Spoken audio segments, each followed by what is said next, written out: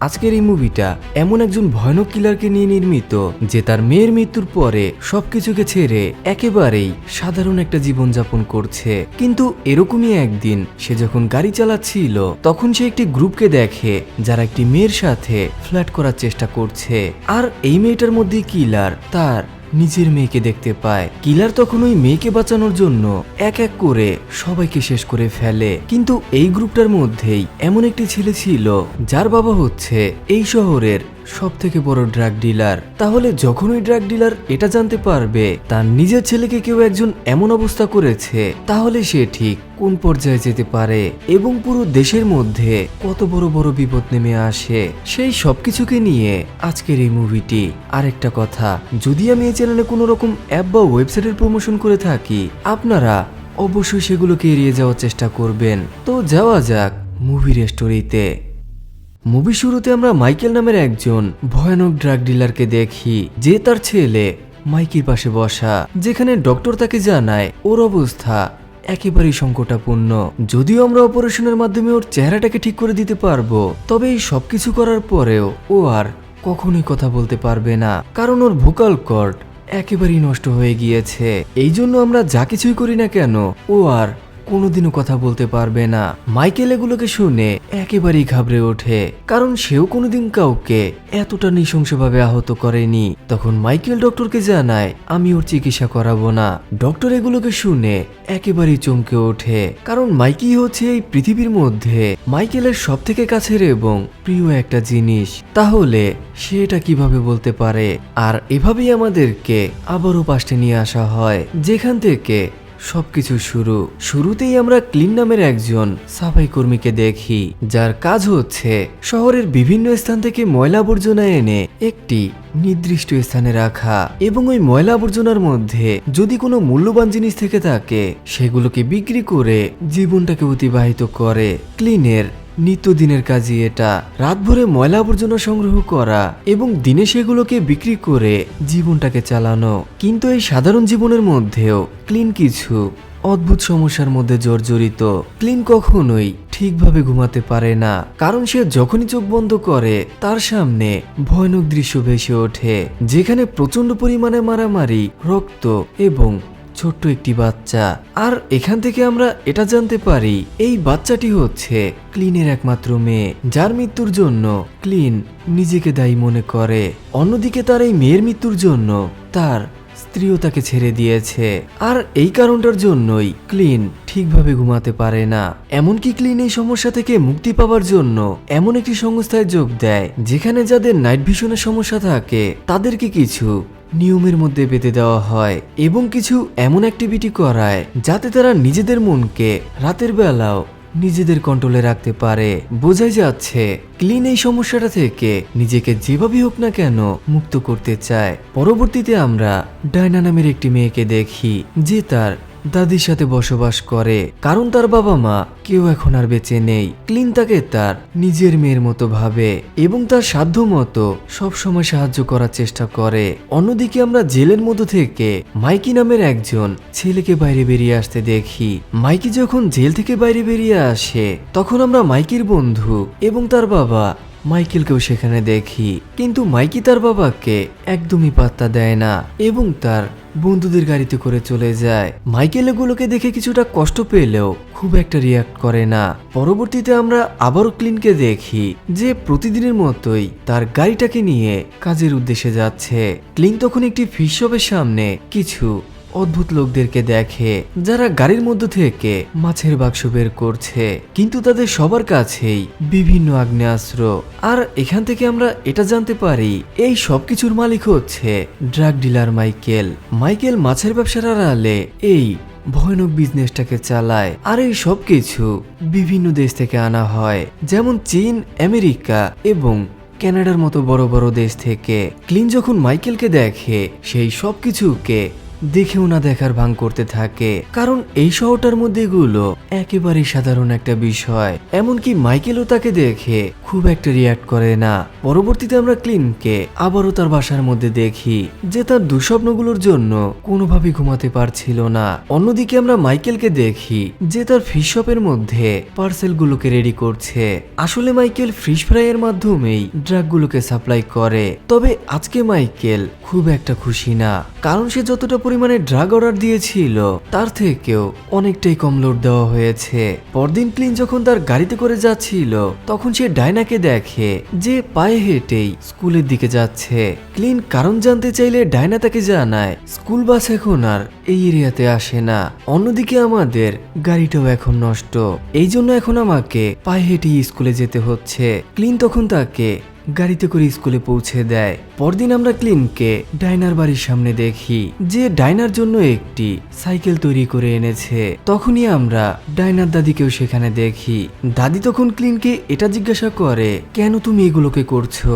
তখন ক্লিন তাকে জানায়, আমি আমার নিজের জন্য এগুলোকে করছি, কারণ আমি এটা মনে করি যদি আমি ডায়নাকে খুশি করতে পারি তাহলে আমি যেই পাপটাকে করেছি সেটা এতটুকু হলেও কমবে। তখন দাদি তাকে জানায়, তুমি নিজেকে যেমনটাই ভাবো না কেন, তুমি মনের দিক থেকে অনেক ভালো একজন মানুষ।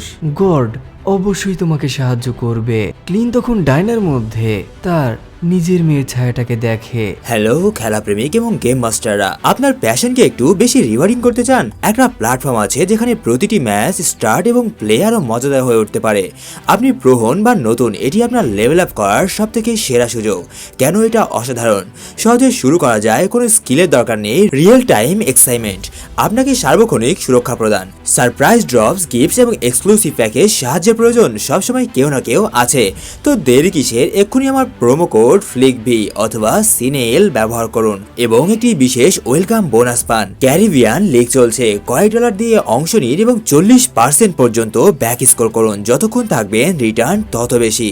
লিংক এবং প্রোমো কোড পিন কমেন্টে দেওয়া রইল। অন্যদিকে আমরা মাইকেলকে দেখি যে তার ড্রাগগুলোকে হাই কোয়ালিটি থেকে লো কোয়ালিটিতে রূপান্তরিত করছে। তার মানে সে ভেজাল ড্রাগ সাপ্লাইয়ের সাথে জড়িত।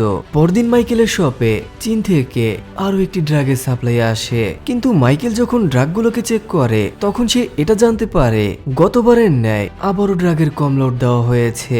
মাইকেল এবার প্রচন্ড পরিমাণে রেগে যায় এবং চীন থেকে আসা ওই কুরিয়ার বয়কে একটি হাতুড়ির মাধ্যমে নৃশংসভাবে হত্যা করে ফেলে। কিন্তু অবাক করার বিষয় হলো এতগুলো মানুষের সামনে এরকম একটি নৃশংস হত্যাযজ্ঞ, এরপরও সেখানকার একজন মানুষও এতটুকু শব্দ পর্যন্ত করে না।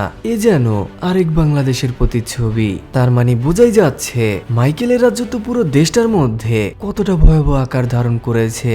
এমনকি মাইকেলের ছেলে মাইকি পর্যন্ত একেবারে স্তব্ধ হয়ে যায়। পরবর্তীতে আমরা ক্লিনকে আবার ওই ফিশ শপের সামনে দেখি, কিন্তু এবার সে যখন সেখান থেকে ময়লা সংগ্রহ করছিল তখনই তার নাকে অদ্ভুত গন্ধ আসতে থাকে। এভাবেই সে লাশটাকে সেখানে দেখে, কিন্তু সে লাশটাকে দেখে খুব একটা রিয়াক্ট করে না, কারণ সে কোনো রকম ঝামেলায় জড়াতে চায় না। পরবর্তীতে আমরা তাকে স্বাভাবিকভাবে কাজ করতে দেখি। তখনই আমরা মাইকেলকেও সেখানে দেখি যে ক্লিনকে এটা জানায়, তুমি কিছুই এখানে দেখোনি। এমনকি সে তার মুখ বন্ধ করার জন্য অনেকগুলো টাকা অফার করে, কিন্তু ক্লিন তাকে জানায় এগুলোর দরকার হবে না। এভাবেই সে আবারও কাজ করতে শুরু করে।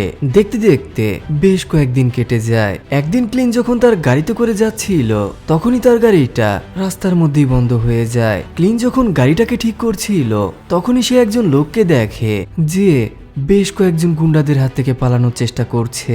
লোকটি তখন পাশের একটি গলির মধ্যে গিয়ে লুকায়, কিন্তু সন্ত্রাসীগুলো ওই গলিটার মধ্যে প্রবেশ করে। পরবর্তীতে ক্লিন ওই গলিটার মধ্যে যায়। তখন সেই গুন্ডাগুলোকে দেখে যারা ওই লোকটাকে প্রচন্ড পরিমাণে মারধর করছে। তখনই পেছন দিক থেকে কেউ একজন ক্লিনের মাথায় প্রচন্ড জোরে আঘাত করে। ক্লিন সাথে সাথেই বেহুশ হয়ে যায়। পরবর্তীতে তার যখন আবারও জ্ঞান ফিরে আসে সে নিজেকে হসপিটালের মধ্যে দেখে, যেখানে ডক্টর তাকে জানায় তোমার মাথায় এতটা আঘাত থাকা সত্ত্বেও কিভাবে তুমি বেঁচে আছো। আর এখান থেকে আমরা এটা জানতে পারি ডক্টর ক্লিনকে আজকের কথা বলছে না, বরং আগের কোনো একটি আঘাতের কথা, যেটা এতটাই সিরিয়াস একজন সাধারণ মানুষের বেঁচে থাকা কোনোভাবেই পসিবল না। কিন্তু ক্লিন তার সাথে বেশি একটা কথা বলে না। পরবর্তীতে ক্লিন যখন কাজে যাওয়ার জন্য তার ট্রাকটাকে আনতে যায়, তখন ম্যানেজার তাকে জানায় তোমার শারীরিক অবস্থা খুব একটা ভালো না, এই জন্য আমি তোমাকে কোনোভাবেই গাড়িটা দিতে পারবো না, কারণ তুমি যে কোনো সময় অ্যাক্সিডেন্ট করতে পারো। তাই তোমার উচিত বাসায় গিয়ে রেস্ট নেওয়া, এবং যখনই তুমি নিজেকে সুস্থ মনে করবে কাজে ফিরে আসতে পারো।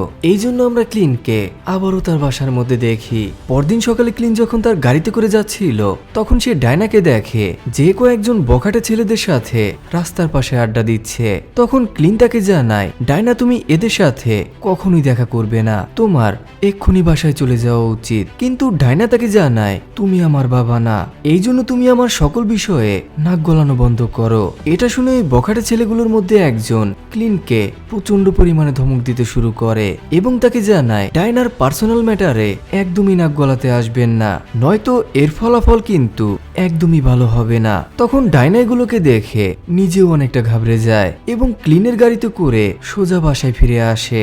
অন্যদিকে আমরা মাইকি এবং মাইকেলের মধ্যে কথা কাটাকাটি হতে দেখি, যেখানে মাইকেল তাকে তার সাথে কাজে যাওয়ার কথা বলে, কিন্তু মাইকি তাকে জানায় তোমার এই বিজনেসের প্রতি আমার একদমই ইন্টারেস্ট না, আমি আমার বন্ধুদের সাথে সময় কাটাবো। কিন্তু মাইকেল তাকে জানায় তুমি আমার একমাত্র ছেলে, এই জন্য আমার পরবর্তী সময়ে তুমি এই সব কিছুকে দেখে রাখবে। কিন্তু মাইকি তাকে জানায় আমি একদমই কেয়ার করি না, তোমার এই বিজনেসের প্রতি আমার এতটুকু আগ্রহ নেই। মাইকেল এগুলোকে শুনে প্রচন্ড পরিমাণে রেগে যায়। এমনকি এমন একটা সময় আসে যেখানে মাইকি তার বাবাকে খুন করার হুমকি পর্যন্ত দেয়। মাইকেল এগুলোকে দেখে একেবারেই চমকে ওঠে। অন্যদিকে ক্লিন যখন রাতে তার বাসার দিকে যাচ্ছিল, তখন সে একটি বাড়ির সামনে ডাইনার সাইকেলটাকে দেখে।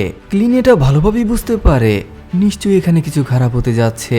ক্লিনের সন্দেহটাই সত্যি হয়, যেখানে আমরা ওই বখাটে ছেলেগুলোদেরকে দেখি যারা কিনা ডাইনার সাথে উল্টাপাল্টা করার চেষ্টা করছে। ক্লিন এগুলোকে দেখে নিজেকে আর একদমই আটকে রাখতে পারে না এবং সরাসরি বাড়িটার মধ্যে চলে যায়। আর এখানেই আমরা ক্লিনের ভয়ানক রূপের ছোট্ট একটা ঝলক দেখি, যেখানে ক্লিন তাদেরকে এমনভাবে মারতে থাকে যেটা তারা কল্পনাও করতে পারেনি। এমনকি পরবর্তীতে তারা কখনোই নিজের পায়ে দাঁড়াতে পারবে না।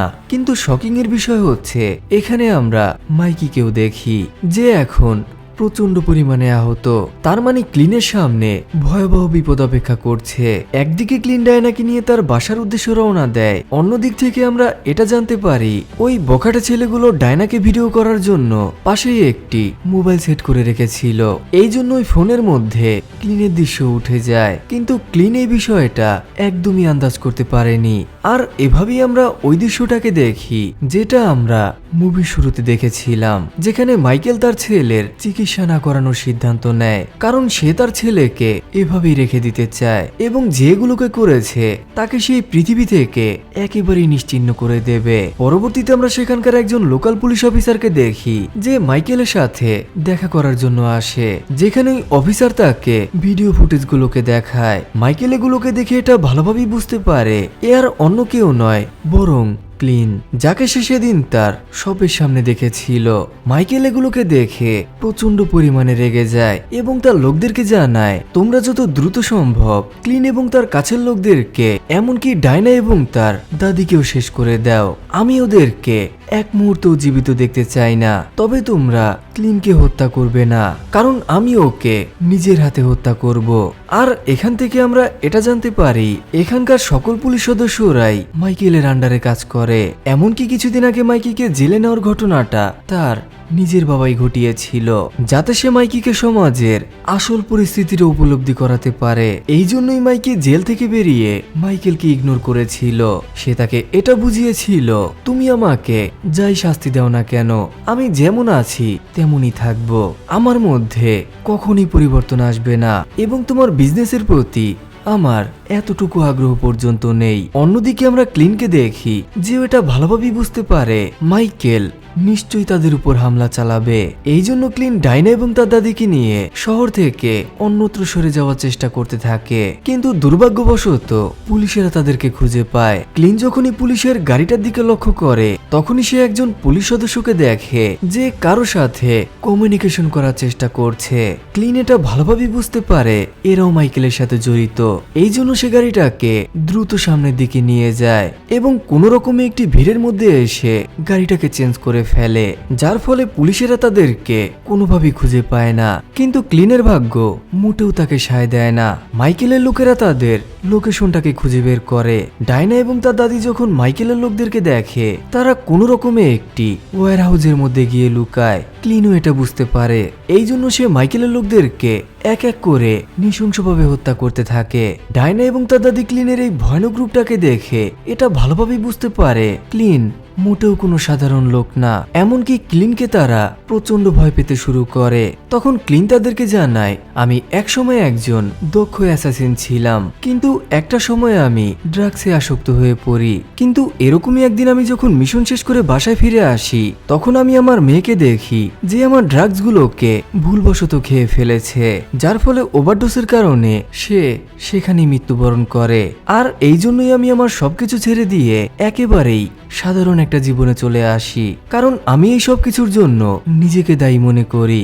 এমনকি এই ঘটনাটার জন্য আমার স্ত্রীও আমাকে ছেড়ে চলে যায়। এরপর ক্লিন তাদেরকে একটি নিরাপদ জায়গায় রেখে আসে। পরবর্তীতে আমরা তাকে তার গাড়ির মধ্যে দেখি যে বাড়ির উদ্দেশ্যে যাচ্ছে, কিন্তু প্রতিমধ্যে সে এমন একটি দোকানের মধ্যে যায় যেখানে বিভিন্ন ধরনের আগ্নেয়াস্ত্র বিক্রি করা হয়। কারণ ক্লিন এখন এটা ভালোভাবে বুঝতে পেরেছে মাইকেল নিশ্চয়ই তাদের পেছনে আসবে।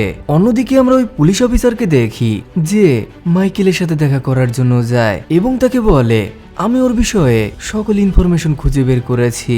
ও মোটেও কোনো সাধারণ লোক না, বরং এক সময়ের ভয়ানক একজন অ্যাসাসিয়ান। ওর হাত থেকে খুব কম লোকই বাঁচতে পেরেছে।